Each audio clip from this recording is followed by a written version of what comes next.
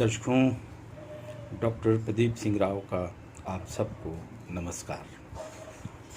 पिछले एपिसोड में पहले अध्याय में हमने अफ़गानिस्तान के प्रारंभिक बातों को समझने का प्रयास किया था। आप सभी जानते हैं, रोज़ आप पढ़ रहे हैं, रोज़ आप टीवी में और समाचारों में सुन रहे हैं, देख रहे हैं, और एक ही बात बार बार चर्चा में आती है, काबुल, अफ़गानिस्तान।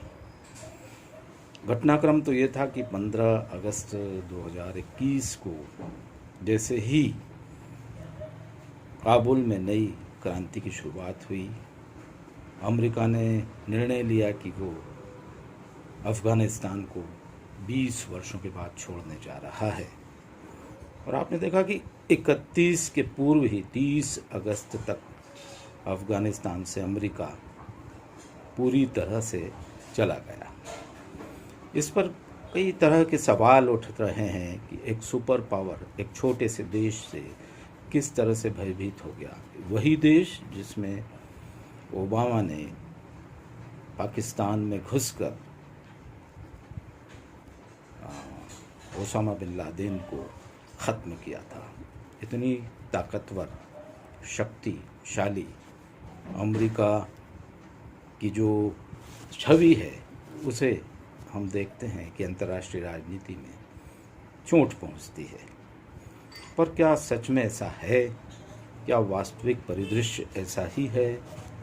क्या दक्षिण एशिया की राजनीति में एक ज़बरदस्त बदलाव आ सकता है? क्या ये वही तालिबानी हैं?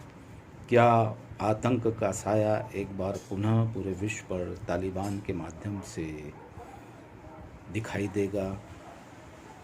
क्या भारत की भूमिका बदल जाएगी? और क्या चीन तीसरे हस्तक्षेप के लिए तैयारी करेगा? अभी अफ़गानिस्तान को लेकर बड़े से बड़े अफ़गानी विशेषज्ञ भी कुछ स्पष्ट नहीं बोल सकते। वो वेट एंड वाच की नीति अपना रहे हैं, रुको, देखो और चलो। और यही वास्तविकता है। आज इस समय तालिबान और अफ़गानिस्तान के बारे में कुछ भी कह देना अंतर्राष्ट्रीय राजनीति की दृष्टि से ठीक नहीं होगा। इसलिए हमें अभी अफ़गानिस्तान की उस पृष्ठभूमि को देखना चाहिए जहाँ से इस देश ने अपनी दुर्दशा के, अपनी आंतरिक क्रांति के वो दिन देखे हैं जो विश्व के किसी भी देश ने नहीं देखे। ये बात ज़रूर है कि 1978 से 1988 तक जब रूस ने हस्तक्षेप किया था और जब वो लौटने लगा था और जब वो लौट गया, तब ऐसी स्थितियां नहीं थीं जैसी कि आज अमेरिका के जाने के बाद है। तो इसमें क्या अंतर है?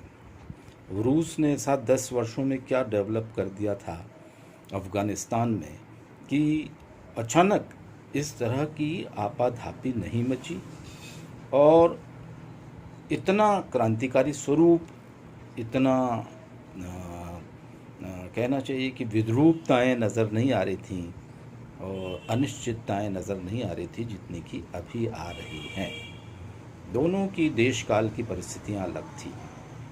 बहुत पहले से काबुल में, अफ़गानिस्तान में जो रूसी अमेरिकी प्रतिस्पर्धा चल रही है, उसका कारण कुछ और था। तब अमेरिका को निरंतर डर रहता था कि कहीं अफ़गानिस्तान कम्युनिस्ट देशों की गोद में न बैठ जाए। कम्युनिज़्म से जो उसका बचाव था, यही इसका विशेष रूप से तनावपूर्ण रहने की जो एक कहना चाहिए कि शीत युद्ध का जो एक बहुत बड़ा स्वरूप दिखाई दे रहा था, वो उसी कारण से था। बाद में तो सारी परिस्थितियां बदल जाती हैं। आज वो परिस्थितियां नहीं हैं। पूंजीवाद साम्यवाद का झगड़ा नहीं है, लेकिन नए सिरे से अफ़गानिस्तान या दक्षिण एशिया के माध्यम से क्या इतिहास लिखा जाएगा, ये अभी आपको देखना है, रुकना है और देखना है। अफ़गानिस्तान को लेकर कई बातें अभी नई नई उभर कर आ रही हैं। अमीर हबीबुल्ला, अमीर अमानुल्ला, दाऊद खान, ज़हीर शाह, जमालुद्दीन अफ़गानी, महमूद तरजी और अहमद शाह दुर्रानी और अमीर दोस्त मोहम्मद, अमीर शेर अली, अमीर अब्दुल रहमान, नूर मोहम्मद तरकई, बबरक करमाल, हफीजुल्ला अमीन, नजीबुल्ला, सिबगतुल्लाह मजदूही और बुरहानुद्दीन रब्बानी, ये नाम अफ़गानिस्तान कभी भूल नहीं सकता है। और इसलिए नहीं भूल सकता है कि इन सारे लोगों का एक अनन्य योगदान अफ़गानिस्तान को की प्रगति में, उसकी प्रगतिशीलता में एक मील का पत्थर है। उसके कुछ स्थायी चिन्ह अभी पंजशीर में दिखाई देते हैं और पंजशीर के शेर तालिबान से एक अंतहीन लड़ाई लड़ने के लिए तैयार हैं। और कभी कभी ऐसा भी लगता है कि पंजशीर कहीं पुराने भारत का पाकिस्तान बनकर एक अलग देश न बन जाए।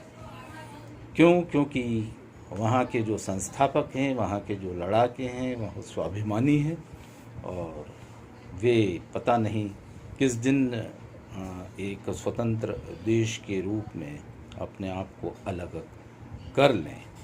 आगे क्या होगा ये अभी न तो तालिबानियों को पता है, न पंजशीर के शेरों को पता है और न दक्षिण एशिया के विशेषज्ञों को पता है।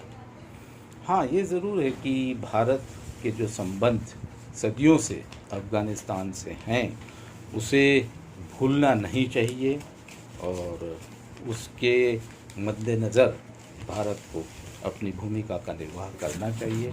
अभी कूटनीतिक रूप से भारत बहुत अच्छी भूमिका में है और बहुत सोच समझकर बातचीत का दौर जो चल रहा है, उससे तो यही समझ में आता है कि आने वाले समय में एक तनाव शैथिल्य का वातावरण आएगा।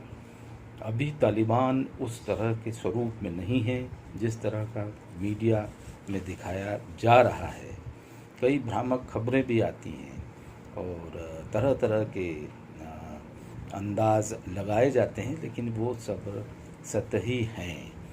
अफ़गानिस्तान पूरे मूड में है कि एक अच्छा देश, एक स्वाभिमानी देश, एक पुराना अफ़गानिस्तान बनकर सामने आए।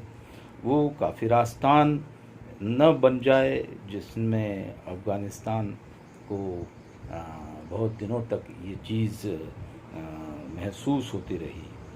अफ़गानी एक समय में आर्यन ही थे, आर्यावर्त था जब आर्य लोगों का देश भारत देश में ये शामिल था। आर्यों, बौद्धों और हिंदुओं का ऐसा देश था जहाँ धृतराष्ट्र की पत्नी गांधारी कांधार से निकली थी और महान संस्कृत व्याकरण में आचार्य पाणिनि और गुरु गोरखनाथ भी यहाँ पर पैदा हुए थे। तो अफ़गानिस्तान के इतिहास को कई दृष्टि से यदि हम शोध दृष्टि से देखें तो यहाँ सबसे पुरानी ब्राहुई भाषा वेदों की भाषा की निकटवर्ती भाषा थी।